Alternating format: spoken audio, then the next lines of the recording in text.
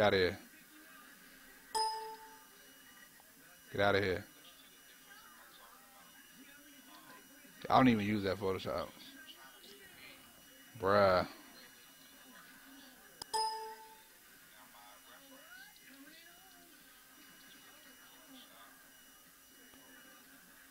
Sorry about that. I clicked on Photoshop cheese. That's gonna take a while. Okay, it's gone. Alright. I actually want to unpin that. Let me just unpin this. Get out of here. Alright, so Max ain't crash. Um, actually, before, because usually when I say that Max tends to crash on me, I thought it was about to crash. I was about to say, boy, let me save as this. Um,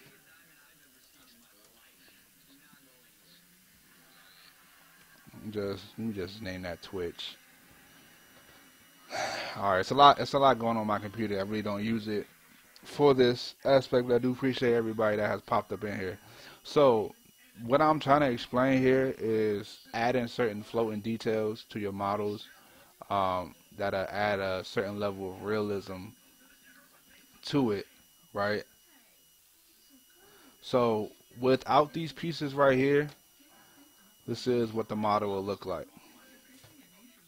Just be some flat screws on top of it. You might get a bevel edge here and there. You might want to normal map it, so that, they have a certain look. Even if you added an ambient occlusion map on top of it, making that in Photoshop, not in Photoshop, in Max yourself, it still wouldn't have that ring. Now, if you wanted to go on Photoshop yourself and take like a paintbrush and put like a lower opacity black or gray right there, that's on you. Um, but I find that if you do everything in Max as far as detail, that it comes out basically the way you want it as long as the normal map is correct. Now, as you can see, there is nothing in your mind that tells you that that these screws fit anywhere, right? It's just a floating screw. There is nothing that's telling you that, it's a hole in the background that this screw was screwed in. All you're seeing is a flat screw on a flat surface. Now, people may have did this in the past and made certain stuff like this in the past, but the higher the poly count for video games and stuff like that. All right, Kobe, man, I'll catch you later. All right, bro. I appreciate you stopping by. Make sure that you send me that message, dude. I'll try to help you out as much as possible as far as trying to find some programs or something like that. So, again, with the level of polygons and games out right now, detail is the most important thing right now. So, with these pieces added, just look to see what it adds.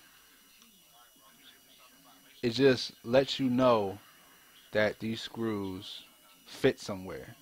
Um, they belong. It could be believable, with the right diffuse map, gloss, spec, all that. It can be believable. That's what's good about Max and being able to float certain stuff. Like even in Maya, like being able to get that little beveled edge right there, um, letting you see. I'm orthographic view. Hate that view. Letting you see that this stuff fits somewhere. And with the same thing right here, let me turn back on that turbo smooth. Actually, let me delete this one because that edge isn't as beveled as the previous one. Let me go back to this one right here.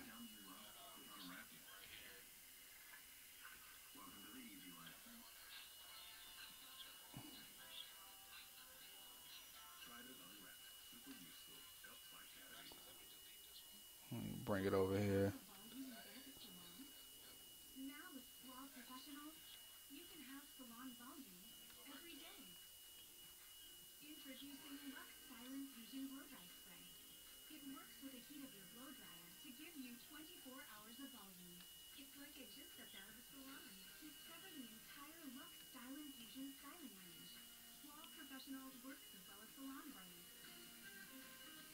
Just trying to get it to fit how I want it. I think that's good right there. Check my left view. Boom. Actually, let me get a little bit more of a bevel in there. Let me make it just a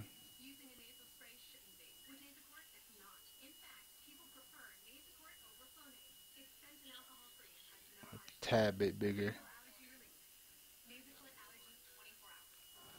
Alright. So, as you can see, adding those little bits, adding those little indications that stuff fit there.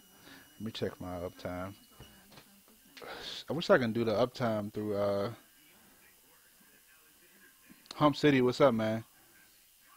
I wish I can do the uptime through Nightbot, but it don't really work right every time. I'm telling you, me um, actually doing like this modeling thing right here, I didn't even expect for it to go as well as it did, to be honest. I thought I was gonna like crap this completely out, have like me, myself, and I viewing my own channel. Um, but I do appreciate everyone that's in here. I'm willing to do this probably like once a week. This program cache, it is 3ds Max. It's a student-based program. If you went to like as you can see right here, let me see if I can highlight it for you. Nope, I can only move it. Hold on, let me not cheese it. But it's a student-based program. I didn't want to do that.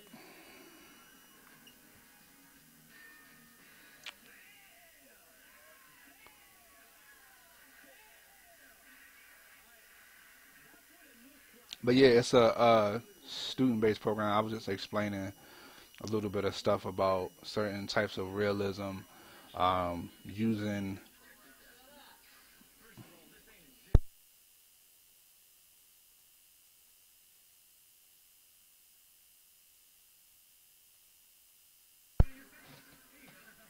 I was just explaining some certain details of how to get certain realisms with certain geometry and stuff inside of 3ds Max. So the next thing I'm gonna try to mimic um, is, let me try to find it again. Uh, this piece right here, this is like a ring. People would use it as like a strap if they wanted to hold it with the shotgun. The strap that goes from right here to right here.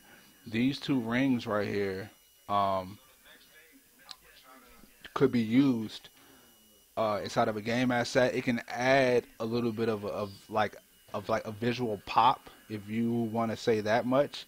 When you're in like a first person view, right, and you know you're holding this shotgun, right? You're like holding this shotgun, having that ring right there will give you more of a like a visual pop. This piece right here, Cash, it took. It can take up to like 3 hours. With me explaining it, it's going to take longer. But usually, to do like the block out, then the high poly, then like the low poly, it'll take 3 hours a piece, roughly. Um, if I wanted to add detail into it, then it'll take me like a little bit longer. But usually, it's not. It's not too much. It's not too long. I gotta play music in the background or something, or I gotta watch like a whole episode. Like I remember, what was that I watched?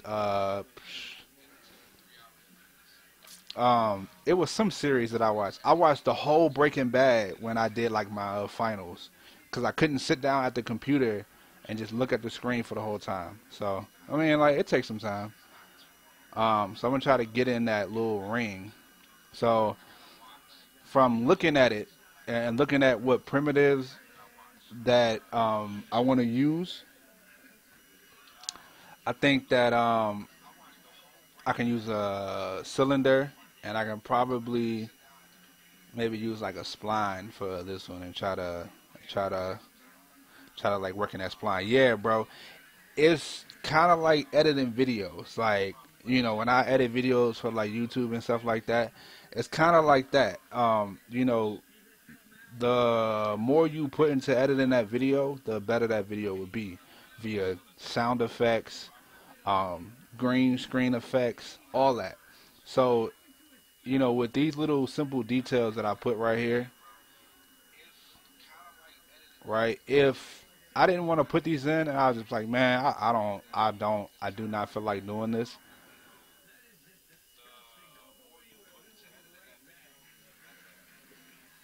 right? If I didn't have those little indications that these were screw holes in here, like I would have just moved on and been like, all right, I'm like cool with that, I'm cool with it.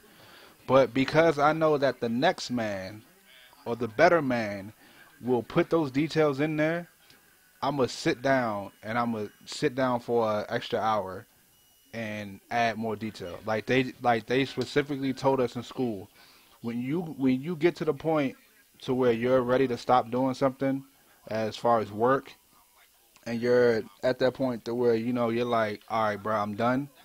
Stay on for another hour. If you stay on for that other hour, that that hour is your level up hour. That hour is that hour to where you'll learn the most, because you want to get off so bad that your brain, it switches into like a different mode, right? It switches into that mode to where, all right, let's get this done because I'm ready to go. So right now, I've been doing this for like 3 hours almost, and I'm at the point to where I don't, like I'm tired, but I'm gonna stay on for that extra hour so I can get what I wanted to get out of here.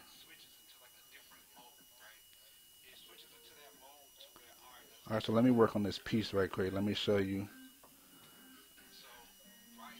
So I'm gonna use this auto grid. If I didn't have auto grid, this thing would go into space, trying to make this primitive, right? So auto grid is something that I use in 3ds Max if um I want to put like a primitive somewhere.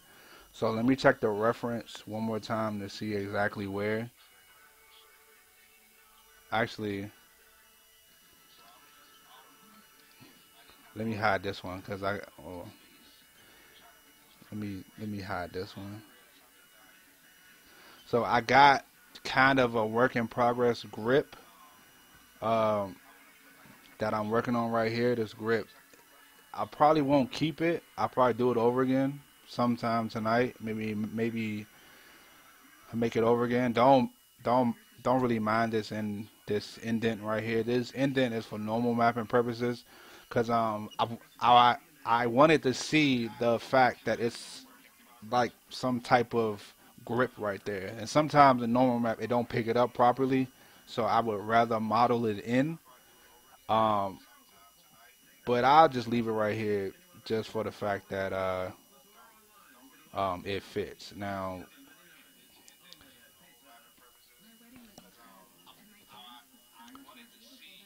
hold on, we're having a bit of an issue with this piece right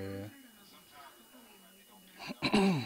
So a quick way to try to get stuff to line up properly.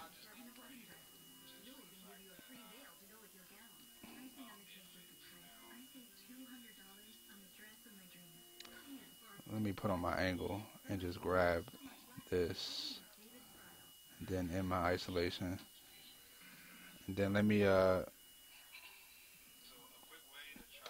take off my angle snap. Let me rotate that some, probably like right there. Let me move it forward,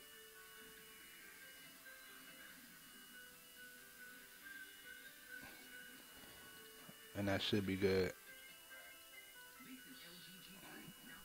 Yeah, because it still has that little space that I want inside of it. All right, so this is the part that I'm gonna be making right here.